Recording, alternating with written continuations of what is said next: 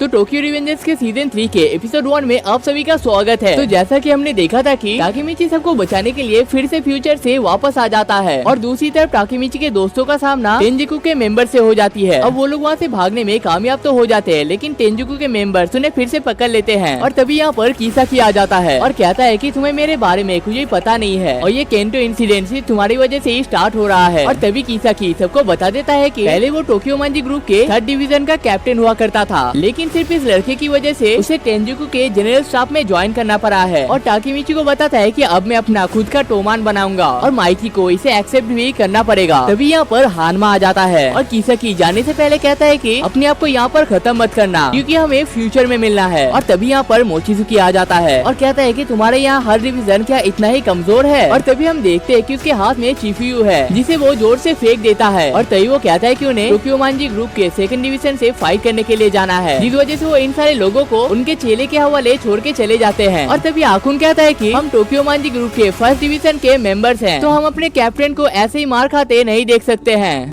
और इसके बाकी मेंबर्स भी उसे प्रोटेक्ट करने के लिए तैयार हो जाते हैं। लेकिन तभी यहाँ पर नाहोया आ जाता है और अपने बाइक की मदद से टेंजिकु के हर एक मेंबर्स को पीसने लगता है और सब लोग ये कह के भाग रहे होते हैं कि ट्विन डेविल फिर से वापस आ चुका है। अब नाहोया यहाँ पर बहुत ही ज्यादा गुस्सा होता है और टाकेमिची उसे देखकर सोचता है कि मुझे लगा था कि नाहोया हमेशा खुश ही रहता है और कभी भी गुस्से में नहीं आ सकता है, लेकिन तभी वो कहता है कि तुम्हारा दोस्त अभी बहुत ही बुरे हालत में और उसे अभी तुम लोगों की मदद की जरूरत है। लेकिन तभी यहाँ पर एक और नाहोया आ जाता है जिसे देखकर टाकेमिची बहुत ही शॉक होता है। तो चलो अब इंट्रोडक्शन का टाइम आ चुका है। जो हमेशा हंसता रहता है, लेकिन आपको इसके हंसी पे नहीं जाना चाहिए क्योंकि इसका दिल किसी डेविल से भी बदतर है और इसे सब लोग स्माइली के नाम से पुकारते हैं। जो हमेशा गुस्से में रहता है लेकिन उसका दिल प्योर गोल्ड का है, उसे सब लोग एंग्री के नाम से जानते हैं और ये दोनों 4th डिवीजन के कैप्टन और वाइस कैप्टन है। अब वो दोनों यहाँ पर सबके खेल खत्म करने के बाद चिफ्यू और टाकेमिची को लेकर यहाँ से जाने लगते हैं। स्माइली चिफ्यू से पूछता है कि तुम्हारा इतना बुरा हालत किसने किया है, जिस पर चिफ्यू कहता है कि इन सब के वहाँ से जाने के बाद मोचिजुकी नाम का एक बंदा उसके पास आया था और उसके साथ फाइट करने के दौरान ही उसका हालत कुछ इस तरीके का हो चुका है। लेकिन वो कहता है कि अगर मुझे थोड़ा सा और टाइम मिलता तो शायद मैं उसे हरा देता, जिस पर स्माइली कहता है कि ये बिल्कुल भी पॉसिबल नहीं है क्योंकि मोचिजुको उन दोनों से भी ज्यादा स्ट्रॉन्ग है। अब हमें पता चलता है कि वो दोनों मोचिजुकी को टोमान में ज्वाइन करने से पहले से जानते हैं और वो दोनों एक दूसरे के बहुत ही बड़े दुश्मन थे और पहले उनका एक ग्रुप हुआ करता था जिसका नाम था ट्विन डेविल और वो दोनों उसी टीम की तरफ से मोचिजुकी के साथ फाइट करने के लिए गए थे। लेकिन मोचिजुकी उन दोनों को ही सबके सामने बहुत ही बुरी तरीके से हरा देते हैं। अब वो दोनों सामने कुछ टेंजिकु के मेंबर्स को नोटिस कर लेते हैं और सोचते हैं कि इन्हें टेंजिकु के बारे में कुछ तो पता होना चाहिए, जिसके बाद वो उनके साथ कुछ पूछताछ करने के लिए जाते हैं। दूसरी तरफ टाकेमिची चिफ्युया को बता देता है कि उसकी मुलाकात किसाकी के साथ हो चुका है और वो अब टेंजिकु का मेंबर बन चुका है और ये पूरा टेंजिकु अटैक उसी का ही प्लान है।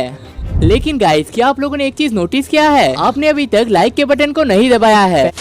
पहले सारा प्रॉब्लम ड्रैकिन की वजह से हुआ था, लेकिन जब टाकेमिची उसे ठीक कर देता है तो अब मेन प्रॉब्लम बाजी और काजुटोरो के बीच में हो जाता है। लेकिन जब टाकेमिची उसे भी ठीक कर देता है तो मेन प्रॉब्लम ब्लैक ड्रैगन बन जाता है। और टेंजिकु के बारे में तो आप सभी को पता ही है, मतलब टाकेमिची जितने बारी चीजों को बदलने की कोशिश करता है चीजें उतने ही बद से बदतर होती जाती है। और एक और सवाल आता है कि हर बार हिनाटा कैसे मर जाती है जबकि टोक्यो मांजी ग्रुप के साथ उसका कोई रिलेशन ही नहीं है। तो इसका एक ही आंसर है कि टाकेमिची के साथ कोई और भी टाइम ट्रेवल कर रहा है और हाई चांसेस है कि ये काम किसाकी कर रहा है। जिस पर चिफ्यू कहता है कि अगर ऐसा ही है तो इस बार किसाकी तुम्हें हारने में कोई भी कसर नहीं छोड़ने वाला है क्योंकि इस फ्यूचर में वो खुद भी मर चुका है, मतलब ये उसके पास आखिरी चांस है। लेकिन उससे पहले उन्हें ये चीज कंफर्म करना पड़ेगा कि किसाकी सच में टाइम ट्रेवल कर सकता है। तभी यहाँ पर ट्विन डेविल आ जाता है और कहता है कि टेंजिकु के मेंबर्स का पोजीशन उन्हें पता चल चुका है। अब हमें पता चलता है कि टेंजिकु के मेंबर्स बाहर बहुत ही बुरी तरीके से अपना आतंक फैला के रखे हैं और किसी भी टोमान के मेंबर को वो लोग कोई ना किसी सोच विचार के मारे जा रहे हैं। तभी हम देखते हैं कि मिसुया मोचिजुकी के साथ फाइट कर रहा है, लेकिन तभी यहाँ पर हाइटानी ब्रदर्स नाम का एक ग्रुप आ जाता है और वो मिसुया को यहीं पर बेहोश कर देते हैं। अब टाकेमिची उनके बेस में पहुँच जाता है, लेकिन वो नोटिस करता है कि यहाँ पर 100 से भी ज्यादा लोग मौजूद हैं और हम यहाँ पर ब्रॉलर को भी देख पाते हैं जो कि टेंजिकु के टॉप 4 फाइटर में से एक है। अब ब्रॉली एक एक करके से उन सारे मेंबर्स को बाहर जाने के लिए कहता है और उन सबके बाहर जाने के बाद वो कहता है कि मेरे पास ज्यादा टाइम नहीं है, इसलिए मैं अकेला ही तुम चारों के साथ फाइट करना चाहता हूँ। लेकिन तभी 4th डिवीजन का कैप्टन स्माइली आगे आता है और कहता है कि मैं तुम्हें 1 वर्सेस 1 के लिए चैलेंज करता हूँ। जिस पर ब्रॉली कहता है कि अगर ऐसा ही है तो मैं 4th डिवीजन के साथ नहीं 1st डिवीजन के कैप्टन टाकेमिची हानागाकी के साथ फाइट करना चाहता हूँ। शिफुयु उसे फाइट करने के लिए मना करने लगता है क्योंकि टाकेमिची इसके साथ बिल्कुल ही टिक नहीं सकता है। लेकिन टाकेमिची कहता है कि मैं 1st डिवीजन का कैप्टन हूँ और मेरे ऊपर काफी सारी जिम्मेदारियां हैं और अगर मैं टेंजुकु के एक मेंबर के साथ भी फाइट नहीं कर पाता हूँ तो मैं टेंजुकु के पूरी टीम के साथ कैसे फाइट कर सकता हूँ। और इतना कहते ही वो फाइट के लिए तैयार हो जाता है। अब टाकेमिची अपने तेजी के साथ भाग के आता है और ब्रॉली के मुंह पे एक तेजी से पंच मार देता है और उस पंच की वजह से ब्रॉलर बहुत ही दूर जाके गिरता है और वो वहीं पर बेहोश हो जाता है। अब टाकेमिची खुद यहाँ पर बहुत ही ज्यादा शॉक होता है क्योंकि पहली बार उसने किसी आदमी को एक पंच के साथ बेहोश किया है। लेकिन तभी उसे लगता है कि उसने इस लड़के को पहले भी कहीं पर देखा है और तभी उसे याद आता है कि ये असल में टाके-कुन है और बचपन में ये उसका बहुत ही अच्छा दोस्त हुआ करता था और टाकेमिची की वजह से हमेशा ही ऐसा हारने का नाटक किया करता था। अब वो दोनों थोड़ी बहुत हंसी मजाक की बातें करने लगते हैं। तभी टाके-कुन पूछता है कि ये टेट्टा किसाकी असल में कौन है और उसे टोक्यो मांजी ग्रुप से क्यों निकाल दिया गया है। जिस पर टाकेमिची कहता है कि वो एक टाइम पे टोमान के 3rd डिवीजन का कैप्टन हुआ करता था, लेकिन उसने टोमान को धोखा देकर उन्हें मारने की कोशिश किया है, जिस वजह से माइकी ने उसे ग्रुप से निकाल दिया है और अब वो शायद इसी चीज का बदला लेने के लिए आया है।